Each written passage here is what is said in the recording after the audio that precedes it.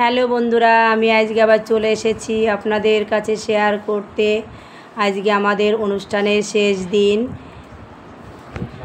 দিনে হচ্ছে আজকে আমাদের মৎস্যমুখী। এতদিন আমরা নিরামিষ খেয়েছি, আজকে মৎস্যমুখী হচ্ছে। তা মৎস্যমুখীতে কি রান্না হয়েছে দেখো আজকে রান্নাবান্নাগুলো আজকে তোমাদের সামনে শেয়ার করছি। রান্নাগুলো কি হয়েছে দেখো, রান্নাবান্নাগুলো দেখে যদি আপনাদের পছন্দ হয় আমার পাশে থেকো। এরপরে আমরা খেতে বসে পড়লাম। এবার আমাদের পাতে খাবার দিচ্ছে ভাত, প্রথমে ডাল, বেগুনি, তারপরে দিল ইঁচড় চিংড়ি, এরপর পাতে পড়লো মুড়িঘণ্ট, মাছ, তারপরে চাটনি, পাঁপড়,